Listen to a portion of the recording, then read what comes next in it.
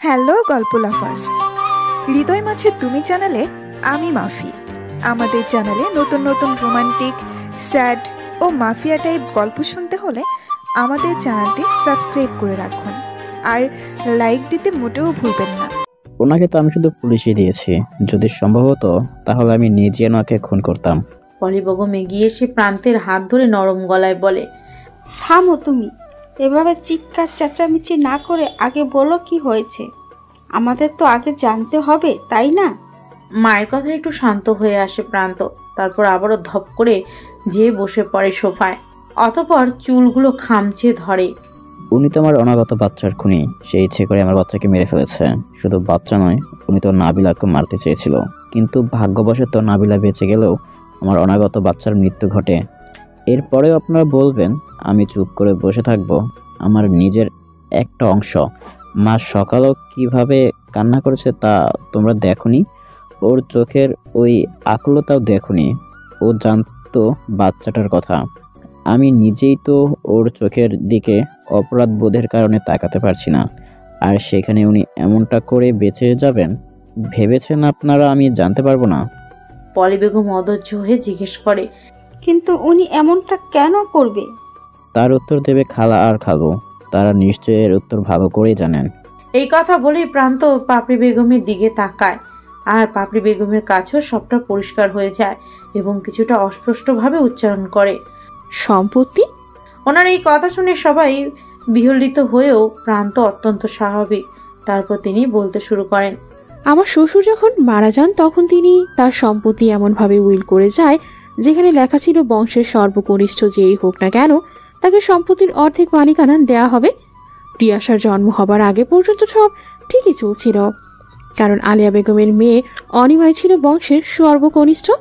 কিন্তু প্রিয়াসা জন্ম হবার পরে প্রিয়াসাই বংশের সর্বকনিষ্ঠ বলে গণ্য করা হয়। তখন থেকে তিনি প্রিয়াসাকে অপছন্দ করতেন, সাথে আমাকেও। তার ধারণা ছিল আমি সম্পত্তির লোভেই প্রিয়াসাকে জন্ম দিয়েছি। ছোটখাটো ব্যাপারগুলো জেনে দিন দিন বড় হতে লাগলো। সে প্রিয়াসাকে নানানভাবে হেনস্থা করত। আমি অনিমাকে নিজের মেয়ে ছাড়া অন্য নজরে না দেখলে উনি কখনোই প্রিয়াসাকে মানতে পারেনি। সেই ক্ষোভ যে বিষে পরিণত হবে তা আমি বিন্দুমাত্র বুঝতে পারিনি, যা তাকে এতটা অমানুষ করে তুলবে। আজাদ সাহেব কিছুটা হতমম্ব গলায় বলল, কই, তুমি তো আমাকে আগে কখনো বলনি। পাপড়ি বেগম তাচ্ছিল্য করে হাসলো, তারপর বলল, কারণ তোমার কখনো আমার সাথে বসে কথা বলার দুদণ্ড সময়ই হয়ে ওঠেনি। আলিয়ার সম্পত্তির দিকে নজর থাকলেও তোমার ছিল শুধু ব্যবসা বাণিজ্যের। বোনের কথাই শুনেছ কেবল। নিজের বোনের যে বিষাক্ততা তোমার মেয়ের প্রতি তা কখনো টেরই পাওনি। প্রান্ত আর একটা কথাও বলেনি। নিজের ঘরে যেয়ে দেখলো প্রিয়াসা ঘুমিয়ে আছে। সে নিজেই প্রিয়াসাকে ঘুম পাড়িয়ে গেছে। এখনই উঠিনি দেখে কিছুটা নিশ্চিন্ত হলো। তারপর কাবার্ড থেকে নিজেদের জিনিসপত্র নামিয়ে তা ব্যাগ প্যাক করে নেয়। প্রান্ত আগেই ধারণা করেছিল এমন কিছু হবে, তবে যে এতটা ভয়ঙ্কর হবে তা সে কল্পনায়ও ভাবেনি। সম্পত্তির জন্য মানুষ কি না করতে পারে। প্রান্ত একটা দীর্ঘশ্বাস ফেলে ততক্ষণে তার ব্যাগ গোছানো শেষ। বিকেলের আকাশটা মেঘলা। সেদিনই প্রান্ত প্রিয়াসাকে নিয়ে বাসা ছেড়েছে। বাসা থেকে বের হওয়ার সময় একটু ঝামেলা হয়, কিন্তু অ্যাক্সিডেন্টের জন্য প্রিয়াসার ফুপু জড়িত তা একবারও উঠায়নি। কেউ চায় না প্রিয়াসা এই ব্যাপারে জানুক। ও জানলে আরও মানসিকভাবে ভেঙে পড়তো। প্রিয়াসা আগের থেকেও কেমন চুপচাপ হয়ে গেছে। প্রান্ত ভার্সিটি থেকে ছুটি নিয়েছে। এখন পুরোটার সময় প্রিয়াসাকে দেখে রাখা উচিত। প্রিয়াসা এক ধ্যানে বাইরে তাকায় থাকে। মাঝে মাঝে মায়া হয় মেয়েটার জন্য। প্রান্ত কখনই এমন মনমরা মেয়েটিকে ভালোবাসেনি। সে তো হাস্যোজ্জ্বল প্রিয়াসাকে ভালোবেসেছিল, যে সব সময় তার আশেপাশে ঘুরঘুর করত। আর এখন কেমন চুপচাপ থাকে, অসহ্য ঠেকে সব। পাবলিকে পড়ার ইচ্ছে ছিল প্রিয়াসার, কিন্তু এত কিছুর মাঝে সব ভেস্তে গেছে। তাই প্রান্ত বুদ্ধি করে তার ভার্সিটিতে প্রিয়াসাকে ভর্তি করিয়ে রেখেছে। আর নিয়মিত চেক আপ থেকে শুরু করে প্রিয়াসার ভালো মন্দ নিজ হাতে সামলায়। সেদিন রাতে ঘুমের মাঝে চিৎকার করে উঠে বলে, আমার বাচ্চা। তারপর আবারও চিৎকার দিয়ে কাঁদে। অস্বাভাবিক আচরণ। প্রান্ত কখনোই বিরক্ত বোধ করে না, নিজ হাতে তাকে সামলায়। সেদিনও পিয়াসাকে বুকে টেনে নিয়েছে, বুঝিয়েছে, মাথায় হাত বুলিয়েছে। প্রান্ত মনে মনে চিৎকার করতে চায়। একদিন নিজের অংশ হারানো, আরেকদিকে নিজের ভালোবাসার মানুষটির এই অবস্থা। কে পারবে নিজেকে শক্ত রাখতে? তবুও প্রান্ত মনকে শক্ত করে সামলায় সব। এছাড়া কোনো উপায় নেই। লাবণ্যের সাথে কথা বলেছিল ওই দিন। ফ্ল্যাটটা ওরই। হুট করে বাসা ছেড়ে বাসা পাওয়াটা অসম্ভব প্রায়।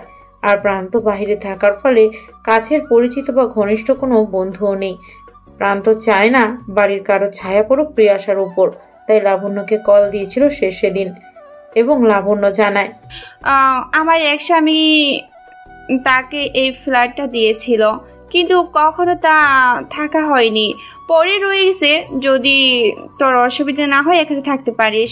প্রান্ত কিছু সময় গাড়ি গড়িমসি করে তাতে লাবণ্য আবারও বলে, হুট করে বাসা পাওয়াটা সম্ভব নয়। আরও নাজির সাহেব বা আজাদ সাহেবের কোনো সাহায্য নিবি না। তাই প্রয়াসার আপন ভেবে যেন প্রিয়সাকে নিয়ে এখানে থাক। প্রান্ত ভাবে আসলে মাসের মাঝে কোথাও বাসা পাওয়াটা সম্ভব নয়।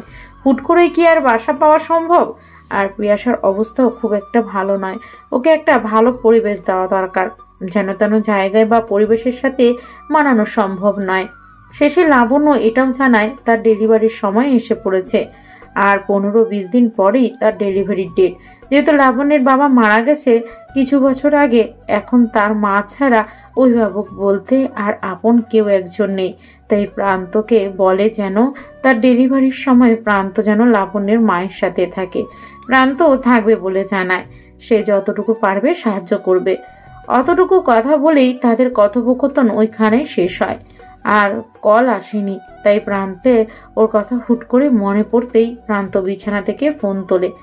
একটু আগে প্রিয়াসাকে খাইয়ে ঘুম পাড়িয়েছে। মেয়েটা শুকিয়ে একেবারে কাঠ। এখন আর আগের মতো গুলুমুলো নেই। চোখের নিচে কালি জমে গেছে। ঠোঁটগুলো কেমন নিষ্প্রাণ লাগে। প্রান্তের চোখ জ্বলে ওঠে। তারপর সময় নিয়ে প্রিয়াসার পাশে বসে ডায়াল করে লাবণ্যের নাম্বার। সময় দেখে বিকেলের কালো হয়েছিল এবং সন্ধ্যা নামবে ভাব। এখন যেন আকাশটা রক্তভাব ধারণ করেছে। প্রিয়াসাকে ডাক দিয়ে দেওয়া উচিত। এসব ভাবতে ভাবতেই ওপাশ থেকে কল রিসিভ হয়। লাবণ্য সালাম দিতে প্রান্ত জিজ্ঞেস করে, কেমন আছিস? ভালো, তোরা? আগের মতোই। সময় পাচ্ছি না তোর যে একটু খোঁজ নেব। জানিসই তো নাবিলার কি অবস্থা। হ্যাঁ, ওর দিকে খেয়াল রাখ। এতটুকু বলেই থামে লাবণ্য। এরপরে কি কিছু বলা লাগবে বা কিছু? ও ভাবতে ভাবতেই প্রান্ত আবারও জিজ্ঞেস করে, কি করছিলি? লাবণ্য কেবলই ব্যাগ গুছিয়ে বসেছিল। তখনই প্রান্ত কল দিয়েছিল। তাই লাবণ্য নিজের গোছানো ব্যাগের দিকে তাকিয়ে বলে, ডেট চলছে, জানাসনি তো? 2 দিন ধরে শরীরটা ভালো লাগছে না। মা বলল বাসায় তো কোনো পুরুষ মানুষ নেই, তাই আগে যেন হসপিটালে চলে যাই। ও, কখন যাবি? ওনাদের সাথে কথা হয়েছে? একটু পর যাব। ওনারা বলছে আগে হসপিটালে যেতে বলেছে, তারপর ওনারা জানাবে। ও, তাহলে আমি কি আসবো? এবার একটু থামলো লাবণ্য। তার কি প্রান্তকে আসতে বলাটা উচিত? কিন্তু তার থেকে তো নাবিলার বেশি প্রয়োজন ওকে। তাই একটু ভেবে উত্তর করলো, এখন আসার দরকার নেই, আমি যাই আগে, তারপর দেখি ওনারা কি বলেন। ডেলিভারির সময় আসিস। প্রান্ত কিছু বলল না।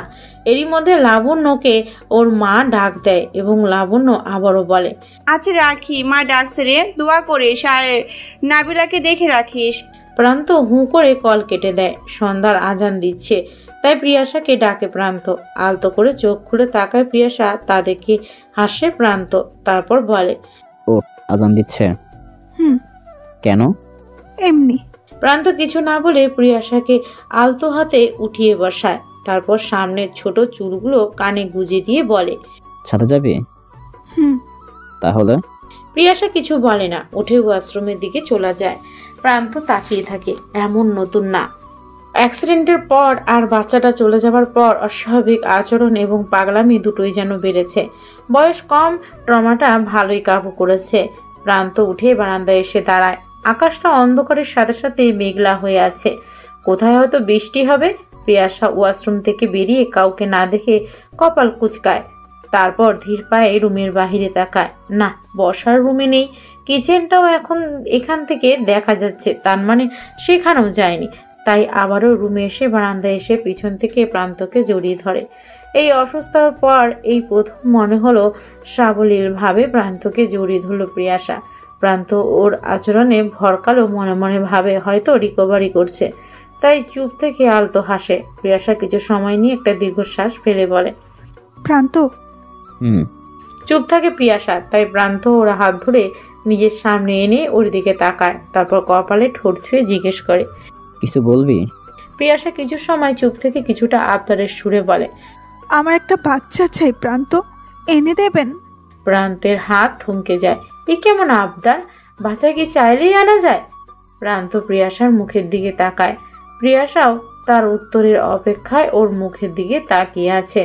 কিন্তু কিছু বলার আগেই রুম থেকে প্রান্তের ফোনটি যান্ত্রিক আওয়াজে বেজে ওঠে। প্রান্ত প্রিয়াশাকে ছেড়ে রুমের দিকে যায়, আর প্রিয়াশা ওখানে দাঁড়িয়ে থমকে প্রান্তের যাওয়া দেখে এবং তার সাথে তার চোখ থেকে গড়িয়ে পড়ে অশ্রু। প্রান্ত ফোনটা হাতে তুলে দেখে লাবণ্য কল দিয়েছে। কেমন যেন মনে হলো, তাই সময় দেখলো 6:30টার বেশি বাজে। এরই মধ্যে কলটা কেটে যায় এবং সাথে সাথেই প্রান্ত কলটা ব্যাক করে। কলটা রিসিভ হতে প্রান্ত বলে, কি হয়েছে? হসপিটালে গেছিস? ওনারা কি বললো? হ্যাঁ, হসপিটালে নাবিলাকে নিয়ে। তুই কি একটু আসবি? থমকে চুপ থাকে প্রান্ত। এমনিতেই বাচ্চার জন্য পাগলামি করছে, তার উপরে আজকে এমনভাবে চাইলো। সে যদি ওকে নিয়ে হসপিটালে যায় তাহলে এমনও হতে পারে বাচ্চা দেখে প্রিয়াশা আবারও অস্বাভাবিক আচরণ করে। প্রান্তকে উত্তর করতে না দেখে লাবণ্য আবারও বলল, ডাক্তার বললো আজকে ইমার্জেন্সি ডেলিভারি করাতে হবে, তাই ভাবলাম তোদের আসতে বলি। এবার মস্তিষ্ক সচল হলো, তাই প্রান্ত আসছি বলে কল কেটে বারান্দায় এসে দেখে প্রিয়াশা ওখানেই বসে কাঁদছে। বুকের ভেতরটা আবারও মুচড়ে উঠল। গুটি গুটি পায়ে প্রিয়াশার সামনে বসে প্রান্ত তারপর তাকে টেনে নিয়ে বলে, লাবণ্য হসপিটালে তোকে নিয়ে যেতে বলছে, তুই যাবি? লাবণ্যর কথা শুনে প্রিয়াশা কিছুটা বিচলিত কণ্ঠে বলে, কি হয়েছে লাবণ্যাপুর? তাড়াতাড়ি চলুন। মেয়েটা কেমন অস্থির হয়ে উঠেছে। প্রান্ত প্রিয়াশাকে হাত ধরে তুলে নেয় এবং রুমে এসে ড্রেস বের করে দেয়। নিজেও কাবার থেকে ড্রেস বের করে বলে, চেঞ্জ করে নে। হসপিটালে আসতে প্রান্ত জানতে পারে কিছুক্ষণ আগে লাবণ্যের অপারেশন থিয়েটারে নিয়ে যাওয়া হয়েছে। তা শুনে প্রান্ত কিছু না বলে প্রিয়াশা উৎকণ্ঠা হয়ে বলে, আমি আপুর সাথে দেখা করব। প্রান্ত ওর দিক থেকে চোখ সরিয়ে তার পাশে তাকায়। সেখানে 2 সিট দূরের ব্যবধানে লাবণ্যের মা বসে আছে। বয়স্ক মহিলা মুখের মধ্যে কেমন চিন্তিত এবং অসহায়ত্ব ভাব ভেসে উঠেছে। প্রান্তের মন বলছে কিছু একটা খারাপ হবে। এদিকে প্রিয়াশাও বারবার একই কথা বলতে থাকে, তাই প্রান্ত বিরক্ত হয়ে বলে, একটু চুপ থাকবি? দেখছিস না ওকে নিয়ে গেছে, তাহলে দেখাবো কি করে? কিছুটা রাগত স্বরে কথাটি বলে, তাই প্রিয়াশা হতভম্ব চোখে তাকিয়ে থাকে। চোখ থেকে 2-1 ফোঁটা জলও গড়িয়ে পড়ে। কেটে যায় কয়েক ঘন্টা। এতটা সময় তো লাগার কথা না, তা ভেবে বিচলিত হয় বৃদ্ধা এবং প্রান্ত। এদিকে পাশে গুনগুন করে কাঁদছে প্রিয়াশা। ওদের অপেক্ষা কমিয়ে থিয়েটারের দরজা ঠেলে বের হয়ে আসে এক নার্স। তাকে দেখে প্রান্তর সামনে এগোলে সে কোনো কথা না বলেই কিছুটা পাশ কাটিয়ে বেবি ওয়ার্ডের দিকে চলে যায়। কিছুটা অবাক হয় প্রান্ত। তার জানা মতে বেবি হলে পরিবারকে দেখানোর সুযোগ দেয়, কিন্তু তারা তার সুযোগ দেননি। তবে তা ভাবার অবকাশ পেল না প্রান্ত। থিয়েটার থেকে বেরিয়ে আসে পরপর কয়েকটা ডাক্তার এবং নার্স এবং ওদের সামনে এসে বলে, পেশেন্টের বাড়ির লোক। আমারই বাড়ির লোক। তারপর প্রান্ত বৃদ্ধাকে দেখিয়ে বলে, আন্টি পেশেন্টের মা, সে অসুস্থ, যা বলার আমাকেই বলুন। দেখুন, ছেলে হয়েছে, তবে আমরা ওনাকে বাঁচাতে পারিনি। কিছু জটিলতার জন্য হঠাৎ ওনার প্রচণ্ড খিঁচুনি হয় এবং উনি এখানে মারা যায়। আমাদের আর কিছু করার ছিল না। আমরা যথেষ্ট চেষ্টা করি। চেক আপের সময় থেকে ওনাকে বলতে পারতাম আপনার বাচ্চার কন্ডিশন ঠিক থাকলেও আপনার মানসিক স্বাস্থ্যের প্রতি গুরুত্ব দেওয়া উচিত ছিল, কারণ বাচ্চা হওয়ার ক্ষেত্রে সেটা প্রেগনেন্সি কমপ্লিট তৈরি করতে পারে। আর দেখুন, এখন সেটাই ঠিক হলো। We are sorry. আর বাচ্চাকে বেবি ওয়ার্ডে রাখা হয়েছে। সময়মতো ফর্মালিটি শেষ হওয়ার পর বাচ্চা পেয়ে যাবেন। কথাটি বলেই উনি চলে যান।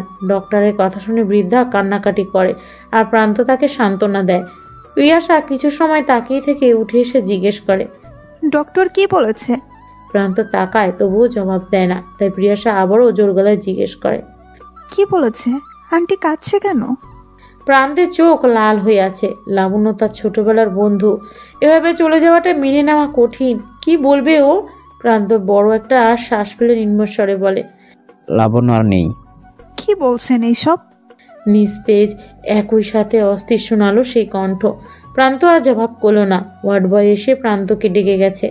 কিছু ফর্মালিটি বাকি আছে, তা পূরণ করতে হবে। তারপর বেবি এবং লাবণ্যকে দেখা যাবে। একটু আগেই লাবণ্যকে তাদের পরিবারের কবরস্থানে কবর দেওয়া হয়েছে, লাবণ্যের বাবু পিয়াসার কাছে। পুরোটা সময় সে সামলাচ্ছে, কোনো অস্বাভাবিক আচরণ করেনি। বাসায় ওঠার পর লাবণ্যের মায়ের চিৎকার আর কান্না শোনা যায় এবং কান্নারত অবস্থায় বলতে থাকেন, আমাকে একা রেখে কই গেলি মা? বাচ্চাটা নিয়ে তোর কত স্বপ্ন ছিল, বাচ্চাটার মুখটা পর্যন্ত দেখে গেলি না। আমাদের কি হবে? এ কোন দায়িত্ব দিয়ে গেলি মা? আমি কি করব, কিভাবে পালবো রে? এ কোন শাস্তি দিলি? আরও অনেক কথা চিৎকার করে কান্নারত অবস্থায় বলে। ওনাকে থামানো যাচ্ছে না। প্রান্ত বসার রুমে বসেছিল, তবে ওনার কান্না এবং বিলাপে প্রান্তের আগের থেকেও বেশি খারাপ লাগছিল। বাচ্চাটার জন্য মায়া হলো, মা পেল না। লাবণ্যর বাচ্চা খুব পছন্দ করত। প্রান্তকে যখন বাচ্চাটার কথা জানায়, ওই দিন প্রান্ত কিছু বলতে পারেনি, শুধু লাবণ্য অনুরোধ করেছিল যেন প্রান্ত ওর মাকে বোঝায় এবং বাচ্চাটা রাখতে চায়। ওই দিনের কথাটা শুধু কানের মধ্যে বাজছে। প্রান্ত ওর মাকে বুঝিয়ে বাচ্চাটাকে বাঁচায় এবং তখন যে খুশি ছটা লাবণ্য চোখে দেখেছিল তা চোখে ভাসছে। অথচ দেখো মেয়েটার কি দুর্ভাগ্য, নিজের বাচ্চার মুখটুকু দেখে যেতে পারল না। মনের ভিতরটা গুমোট হয়ে উঠল। হয়তো মনের কোণে কেউ কাঁদছে। প্রান্ত একটা দীর্ঘশ্বাস ফেলে। ইতিমধ্যে বাড়ির অনেক মানুষ চলে গেছে। প্রান্ত তাকিয়ে তাকিয়ে দেখলো, তারপর ভাবলো তাদেরও বাসায় ফেরা উচিত। তাই উঠে এসে বৃদ্ধার রুমের দরজার কাছে এসে দাঁড়ায়। প্রিয়াসা এখনো বাচ্চাটাকে কোলে তুলে হাঁটছে। বাচ্চাটা বোধহয় ঘুমোচ্ছে। আবারও বুকের কোথাও চাপ দিল মনে হলো। এই দৃশ্য সেও দেখতো। হয়তো তার বাচ্চা আসলে, আচ্ছা ওটা বেঁচে থাকলে কতদিন হতো? প্রান্ত গোনার চেষ্টা করলো। হতো 4-4.5 মাস। তারপর মাথা থেকে ঝেড়ে ফেলে প্রান্ত দরজা নক করতেই প্রিয়াসা বেরিয়ে আসে। ও আসতে প্রান্ত বল, নাবিলা, এখন আমাদেরও ফেরা উচিত। প্রান্তের দিকে নিষ্পাপ মুখ করে জানতে চাইল, কোথায় যাব? বাসায় ফিরতে হবে আমাদের। না, আমি কোথাও যাব না, ওকে রেখে কোথাও যাব না, ও কাঁদবে। কিছুটা আঁকড়ে ধরে জিদ করে বলে। তারপর আবারও বলে, আমি যদি বাসায় যাই তাহলে ওকে নিয়েই যাব। এখানে প্রিয়াসা অনেক জোরাজুরি করলেও প্রান্ত ওকে বুঝিয়ে বাসায় নিয়ে আসে এবং বলে সে প্রতিদিন বাবুকে দেখতে নিয়ে আসবে। বাসায় এসে প্রিয়াসা সারাদিন কান্না করে। তার কান্না থামানো যাচ্ছে না। প্রতিবারই বাচ্চাটাকে দেখার জন্য পাগলামো করতে থাকে। দিন কয়েক পর ওর পাগলামো সামলাতে না পেরে প্রান্ত বাধ্য হয়ে ওকে বাচ্চাটার কাছে নিয়ে যেত। এদিকে যাওয়ার পর বাচ্চাটাকে দেখিয়ে প্রিয়াসা একদম শান্ত হয়ে যায়, তার সাথে বাচ্চাটাও শান্ত হয়ে যায়। এরপর লাবণ্যর মা বলে, একে তো সামলাতেই পারছি না, দুজন নার্স ছিল আসছিল, সেও তো সামলাতে পারছে না, সারাদিন কান্না করতেই থাকে। আমি কি যে করি? অথচ দেখো নাবিলার কোলে কি আরামে রয়েছে। গত 3 দিন এর কান্না আশেপাশে সবাই শুনেছে। কি করব আমরা? মাথাতে কিচ্ছু আসছে না। এসব কথা শুনে প্রান্ত পিয়াসার দিকে তাকিয়ে থাকে, যে বাচ্চাটাকে নিজের বাচ্চার মতো করে আগলে রেখেছে। কিছু সময় সেই বাড়িতেই কেটে যায়। বিকেলের দিকে প্রান্তের সাহস হচ্ছিল না যে এবার প্রিয়াসাকে বাড়ি ফেরত নিয়ে যাওয়ার কথা বলার। হতাশা ঝেড়ে প্রান্ত অনেক ভেবে ছোট সিদ্ধান্ত নেয় এবং লাবণ্যের মায়ের কাছে যায় সিদ্ধান্ত জানাতে। ওনার কাছে গিয়ে প্রান্ত কিছু বলার আগেই উনি বলেন, নোয়াইশির বাবা, কিছু মনে না করলে একটা কথা বলবো? হ্যাঁ বলুন। বলছিলাম যে লাবণ্য বাচ্চাটা তোমরা নেবে? কথাটা বলতেই প্রান্ত হকচকিয়ে যা বলে, আপনাকে কিভাবে যে বলি, আপনি তোমার মনের কথা বলে দিয়েছেন। তারপর একটা শ্বাস নিয়ে বলে, নাবিলার যে অবস্থা, নাবিলার কোনোভাবে আমার মনে হচ্ছে না ওকে না নিয়ে এখান থেকে যাওয়া যাবে। আর এতদিন ধরে অসুস্থ থাকার পর কেবলমাত্র বাচ্চাকে দেখার পর আমি দেখছি যে নাবিলা একটু ভালো থাকছে। আপনি তো জানেনই লাবণ্য আমার অনেক কাছের এবং ছোটবেলার বন্ধু, তাই এই বাচ্চাটার প্রতি আমার অনেক মায়া। তাহলে যদি আপনি যদি সত্যি সিরিয়াস হয়ে থাকেন তাহলে আমি বাচ্চাটাকে নিতে চাই, নিজের করে দত্তক নিব। লাবণ্যের মা ভাবে প্রান্ত খারাপ কিছু বলেনি। প্রিয়াসার অবস্থা আগে থেকে উন্নতি হয়েছে, সাথে সে শুনেছে পিয়াসার ব্যাপারে, আর তার নিজেরও অসুস্থতা বেড়েই চলেছে। একদিন তারও সময় ফুরিয়ে আসবে, তার মেয়েটার বাচ্চাটা ভালো থাকবে, সাথে মা বাবাও পাবে, কোনো কষ্ট হবে না। সে দেখে তো যেতে পারবে তার মেয়ের বাবুটা ভালো আছে। তাই কিছুটা সময় পর উনি রাজি হয়ে যান। উনি রাজি হতেই প্রান্তির চোখে একটু খুশির ছটা দেখা যায়। ও চোখ ঘুরিয়ে প্রিয়াশাকে একবার দেখে আবারও বলে, তাহলে আমি ওকে নিয়ে যাই, আর আইনি যা কাগজগুলো আছে তা যত দ্রুত সম্ভব আমি করে নেব। এসব কথা শেষ করে ওরা বাবুটাকে নিয়ে বাসায় চলে আসে। প্রিয়াশা সে তো মহা খুশি। একটু পরপরই খুশিতে চোখ ছলছল করে প্রান্তের দিকে তাকায় আর বাবুটাকে চুমু খায়। তারপর কিছুটা উচ্ছ্বাসিত কণ্ঠে বলে, আমি ওর নাম ঠিক করেছি। প্রান্ত এগিয়ে এসে প্রিয়াশার কপালে ঠোঁট ছোঁয়ায়, তারপর পাশে বসে বলে, আচ্ছা, কি ঠিক করলি? নুমাইয়ের সহন প্রিয়ন্ত। প্রান্তে কিছু বলে না, শুধু আলতো হেসে ওর পাশেই বিছানায় শুয়ে পড়ে। ওখান থেকেই বাইরে আকাশের দিকে তাকায়। তার বুক চিরে বেরিয়ে আসে এক ব্যর্থ দীর্ঘশ্বাস। দত্তকের ফর্মালিটিস পূরণ করার পর পিয়ন্ত এখন সম্পূর্ণ তাদের। পিয়ন্ত আসার সাথে সাথে যেন প্রান্তের এলোমেলো হয়ে যাওয়া সংসারটা বদলে গেছে। যদিও প্রিয়াশার ট্রমাটা এখনো পুরোপুরি কেটে ওঠেনি, তবে এখন ওরা দুজনে মিলে নিজেদের সংসারটাকে একটু একটু করে গোছানোর চেষ্টা করে যাচ্ছে। সাথে এক অমায়িক যত্নে একটু একটু করে বড় করে তুলছে প্রিয়ন্তকে। প্রিয়াশার গ্র্যাজুয়েশন শেষ হয়েছে। প্রান্ত এক দায়িত্ববান স্বামী হিসেবে ধরা দিয়েছে সবার মাঝে।